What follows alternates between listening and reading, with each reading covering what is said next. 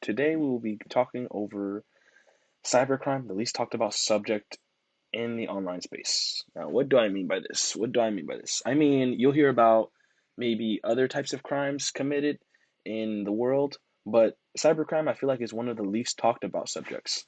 It is out there, it is talked about, but it's not really talked about on how you can prevent it or who they're really targeting.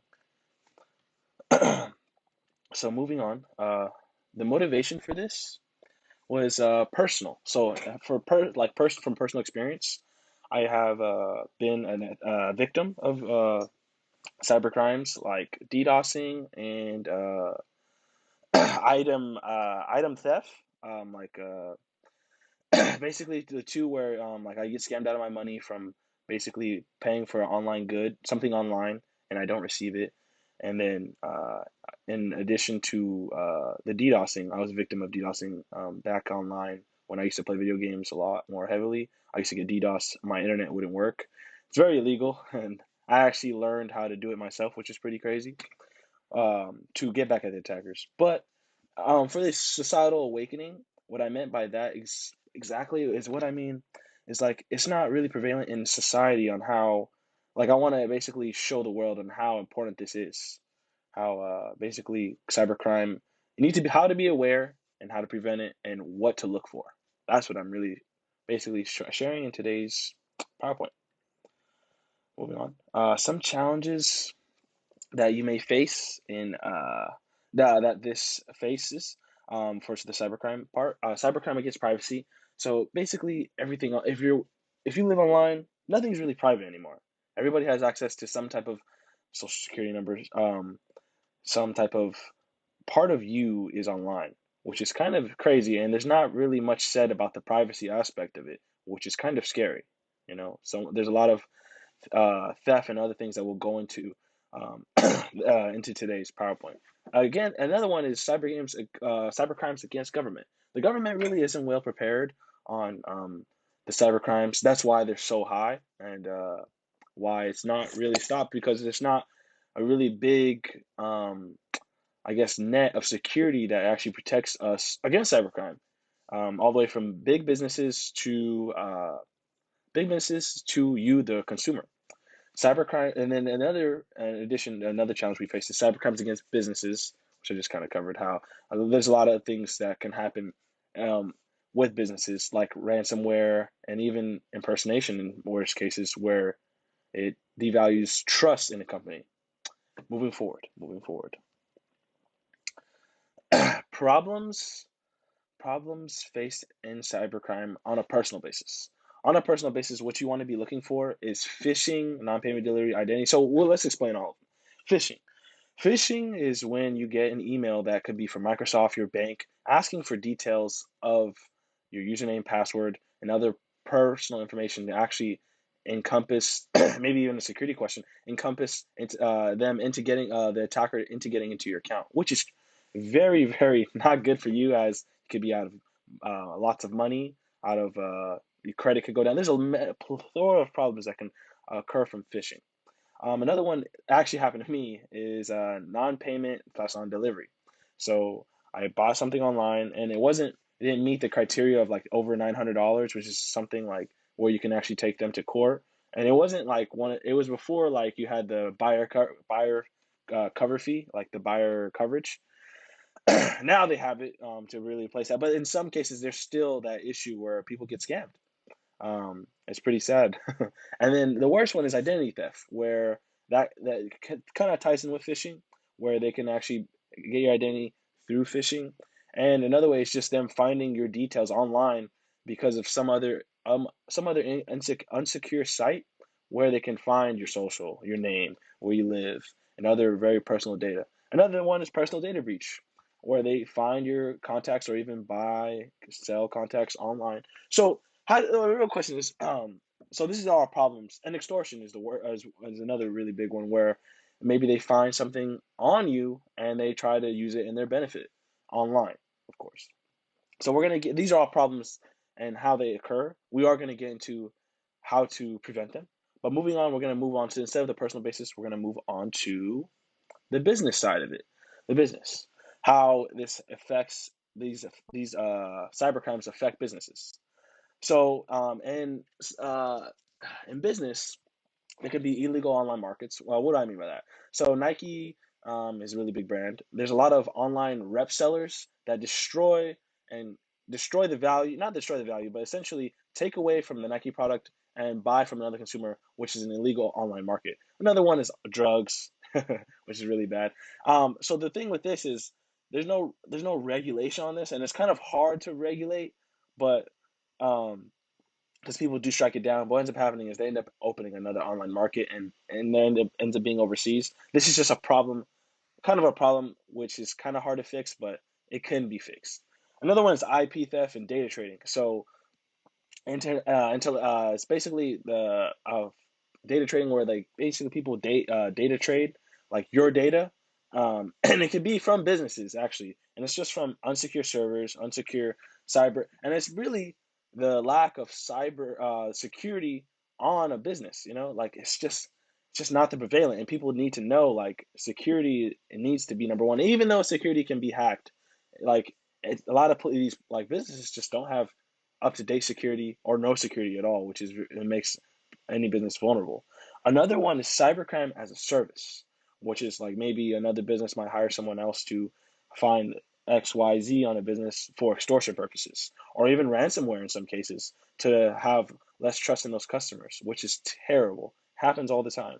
And this one is another one hard. It's pretty hard to stop as it's more of a service part, but it's another one where if you update your security, which can be expensive, but in the long run will be better for your consumers and the longevity of your business as people are more trustworthy with you.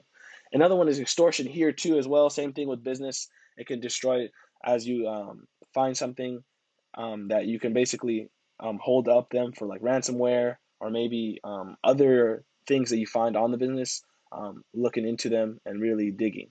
Another one is DDoS. So back in like 2014, a lot of businesses were no, not businesses. Microsoft was DDoSed and their Xbox Live service is down, and it really showed us then at that time how I guess weak the security was there for DDoS attacks. They shut down. It was a group. They shut down PS4 PS3 services and Xbox, and it just shows like wow, like they've upgraded it now, but that still happens to other small businesses where they just don't have actual service running. It's kind of sad. Moving on to the preventions. These are problems faced with cybercrime. So these are now the preventions. To prevent phishing, it's really more being aware. So like this is the really terrible thing about prevention for cybercrime. It's really like you never know until you know. Like it's one of those things you kind of learn through experience. Like people are more vigilant with prevention after it happens to them. They're like, oh, okay, I got to be more vigilant to look at this, more careful when it actually already happens, which is terrible because like you already lost the money, you already lost the trust, you already lost in that case. You want to start it from like you want to be active in preventing it now. So to look what is phishing, you want to look for fishy emails, and you don't want to put in your data details and something that just doesn't look right. Maybe sometimes call the company from like the actual like, or even go to the store and ask them, hey, do you guys send us this? Non-payment, non-delivery for something like that.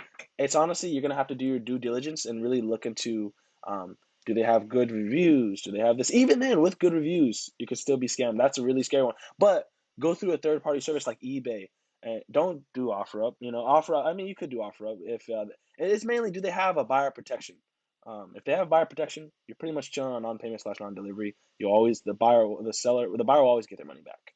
Identity theft, more or less, being active and changing your passwords, not having the same password. If you have the same password for everything, you're kind of screwed as they can pretty much log into your whole identity having the same password. I know how convenient it is having the same password, but it's really can be a tragedy. Some people have their entire lives ruined from having the same password as once they have one password, just one little whatever account that was hacked, they have it to your bank, your your credit card, and they have it to everything. It's terrible. Another one is personal data breach. This one is just more for like this one's terrible in a sense. The way to prevent it is more or less is I guess be cautious on where you leave your data and who you leave it with. I know that's a really terrible one, but like hard one to because it's not it's in your control until it's not. But That's a hard one. Extortion. Um, keep yourself online. You keep your online presence more conservative. At least I would. That way, you can't really be extorted for anything that is online. Keep everything behind closed doors. That's the best way to stop from extortion. This is it for personal. Moving on to the business side. Business. Cybercrime. How to prevent cybercrime in business. For the illegal online markets, so Nike, using that Nike example again, they would actually strike down these markets, have them pay these fines. It's kind of hard to do that because I think they fined maybe over $33 million for all these online rep sellers. So basically, it was these rep sellers making replica shoes that weren't Nike authorized. They weren't. They just were making them literally out of their house.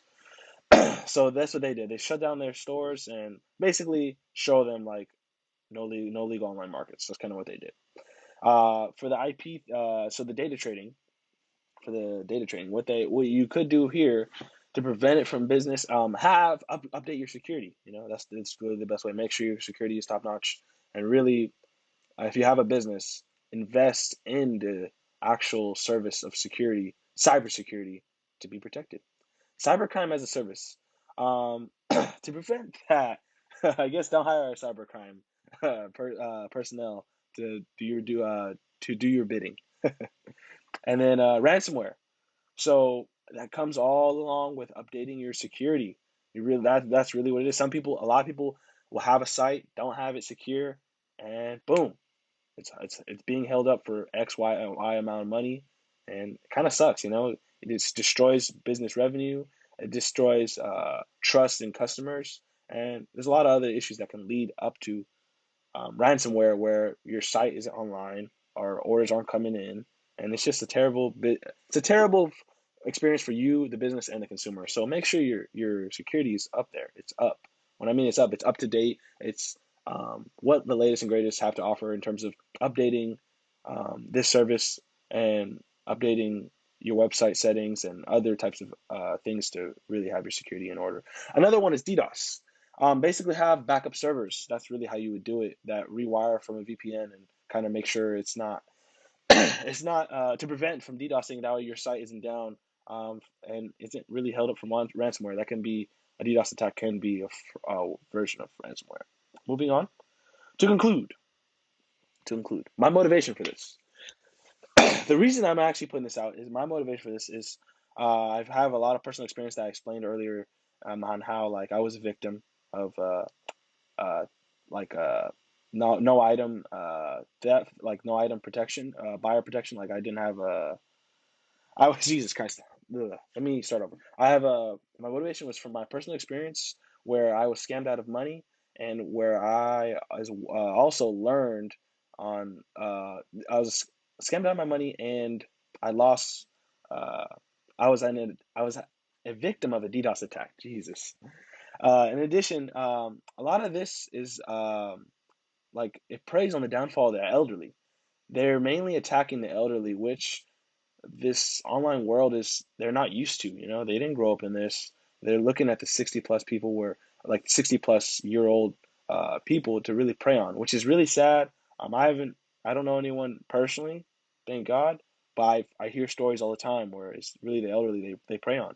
They go for their savings, they go for everything they have, and it's just really terrible. I mean, obviously, growing up now, like maybe when I'm older, I probably it probably the best experience is maybe to have cybercrime as a whole be down in percentage, but it really is $1 trillion business right now, which is really honestly fascinating at the same time very scary to see like how many people are scammed or just SOL, so out of luck from cybercrime. Like it's just kind of a whoa moment. and then and to conclude, I just wanted to share prevention. Why I share prevention to educate and explain to everyone what you can do and what to look out for. Because what I believe is, with the proper education and explanation, you can look out for this. So for cyber attacks on you, cyber crimes committed against you, and maybe see how to prevent it, or basically prevent, be prepared instead of being in the case where it already happened. To conclude. And thank you for listening.